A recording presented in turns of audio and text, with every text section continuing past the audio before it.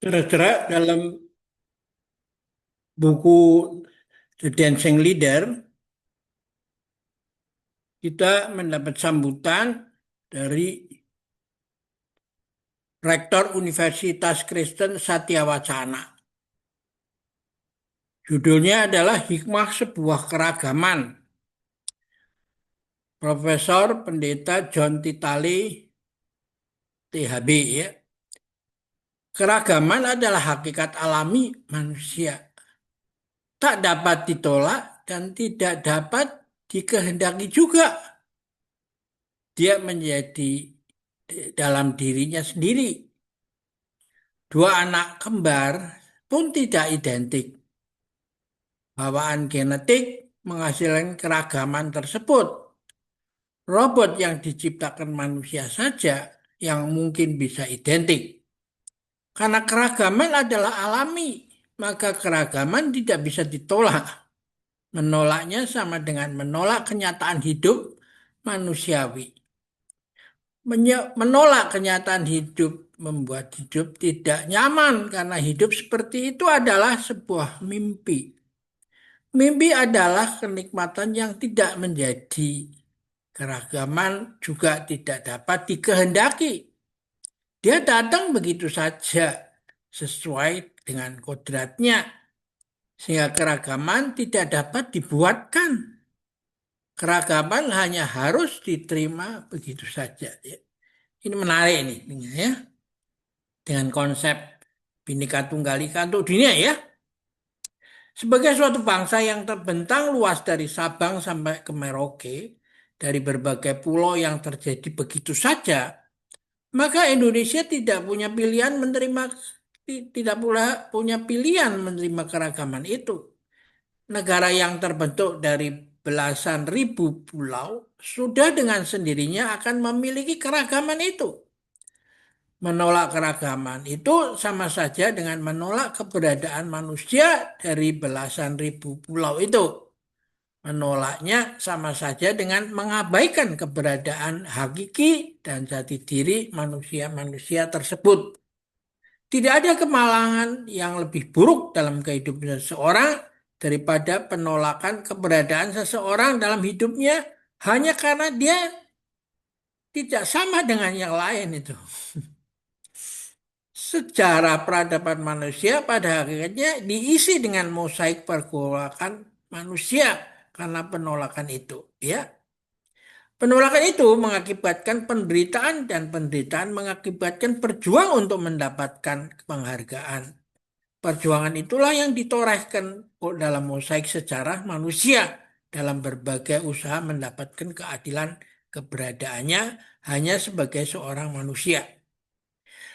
Perjuangan yang panjang dan pilu itu selalu saja terjadi karena ada yang suka menolak kehadiran yang lain itu. Apalagi yang lain itu dinilai rendah dan tidak pantas hidup bersama kalau tidak menjadi identik.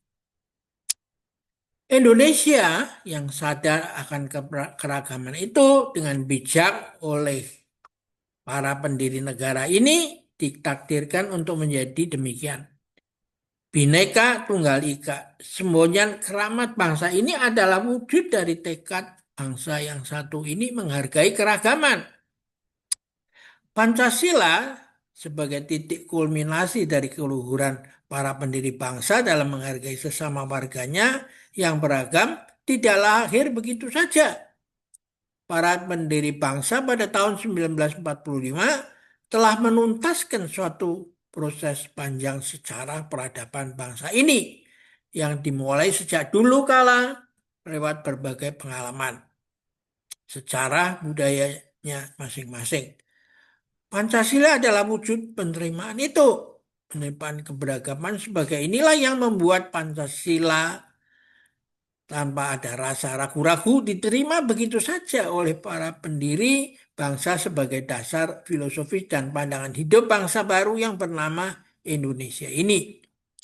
Prestasi spektakuler mereka lah yang menghadirkan suatu Indonesia yang bersatu, berdaulat dan adil dalam Taman Sari Indonesia. Persoalan kemudian timbul ketika generasi pendiri bangsa ini telah lewat.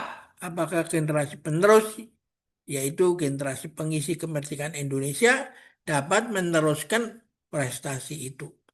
Apakah prestasi akan atas keragaman itu dinilai juga oleh generasi pengisi kemerdekaan ini sebagai sesuatu yang baik, sehingga perlu dipertahankan, bahkan dikembangkan sebagai suatu pola hidup yang saling mengisi dan menguntungkan. Di antara berbagai keragaman di Indonesia, keragaman agama adalah hal yang sangat menguras banyak tenaga, pikiran, harta, bahkan nyawa anak bangsa. Generasi penerus bangsa ini tampak terjebak dalam penolakan keragaman ini. Berbagai tindakan dan perlakuan yang tidak menghargai keragaman dalam agama ini telah mencoreng wajah bangsa ini dari potret Taman Sari sebagaimana yang digendaki oleh para pendiri bangsa ini. Taman Sari kembang yang beragam yang menghasilkan warna-warni kembang itu hendak diseragamkan. Pertanyaan yang patut dikemukakan adalah taman apa dan taman siapa yang hendak dibangun itu? Para pendiri bangsa menghendaki Taman Sari Indonesia, bukan Taman Tulip di Belanda atau Taman Mawar di Kanada atau Taman Firdaus ala Babilonia. Taman Sari Indonesia akan memperkaya berbagai taman yang pernah ada dan yang telah ada di berbagai bagian dunia ini. Ketika Taman Sari Indonesia itu bisa terwujud, maka itu sumbangan manusia Indonesia dalam turut memberi makna kehidupan bagi umat manusia di dunia. Kalau taman yang dihasilkan oleh bangsa Indonesia ternyata adalah taman tulip, itu bukanlah Indonesia, melainkan Belanda. Tidak bermakna hidup bangsa Indonesia ini kalau hanya akan menjadi Belanda. Itu Belanda, ya, bukan Indonesia. Indonesia adalah Indonesia kalau dia bukan Belanda, bukan Kanada, dan bukan dari Pulau Babilonia. Inilah keinginan luhur para pendiri bangsa negara ini, ya toh. Menghargai dan melanggengkan keinginan luhur para pendiri bangsa itu adalah tantangan terbesar generasi pengisi kemerdekaan. Indonesia kini berumur 66 tahun ya. Sekarang udah 80 nih, ya toh. Walau memang masih muda dibandingkan dengan bangsa-bangsa lainnya di dunia, mestinya sudah cukup bagi bangsa ini untuk melewati berbagai tantangan dari dalam ini. Keragaman ini tidak perlu dihilangkan, akan tetapi perlu dikembangkan bukan demi keragaman itu sendiri, akan tetapi bagi kebersamaan. Berbagai perguruan tinggi, baik yang diselenggarakan oleh pemerintah maupun oleh masyarakat, bisa beragam warganya. Tetapi kalau diselenggarakan dengan semangat yang dimiliki oleh para pendiri bangsa, bukan saja memperkokoh jati diri kemanusiaannya saja, tapi juga memperkuat rasa kebersamaan sebagai suatu bangsa. Adalah dalam rangka seperti itulah Universitas Kristen Satya Wacana yang juga dikenal sebagai Indonesia Mini berkiprah dalam segala kegiatannya. Menyebut salah satu di antaranya berbagai kegiatannya adalah kegiatan Fakultas Pertanian.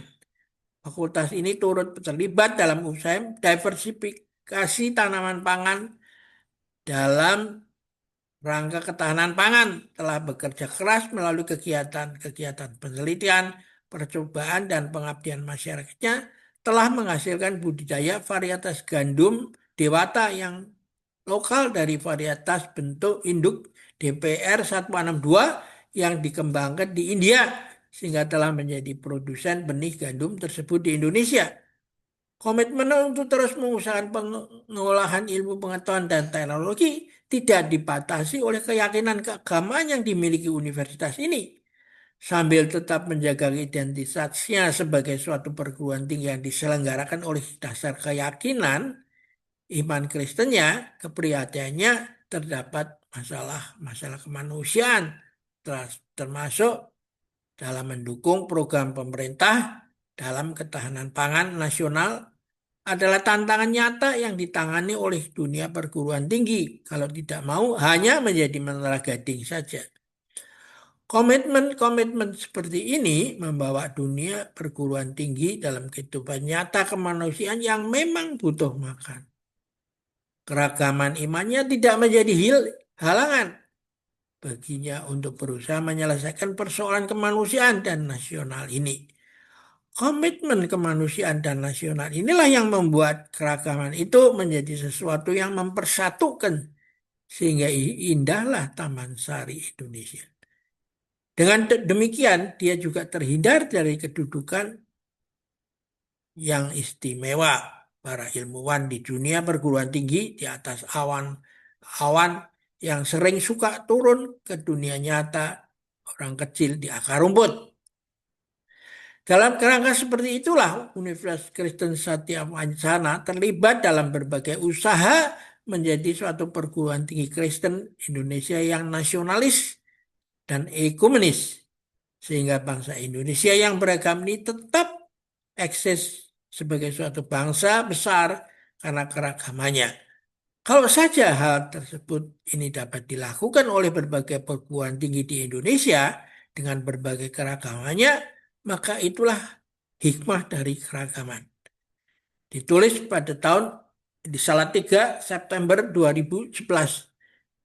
Jadi buku ini terbit 2012 dan pada waktu itu dibawa ke apa ke konferensi East West Center di Beijing tahun 2012 dan di mana Profesor apa penulisnya ini direktornya ikut hadir juga ya untuk melihat bahwa ya kita harus ikut juga dalam kerangka membantu dunia untuk menemukan apa harmoni ya antara barat dan timur ya. Kita akhirin dulu pertemuan kita kali ini dan sampai jumpa lagi.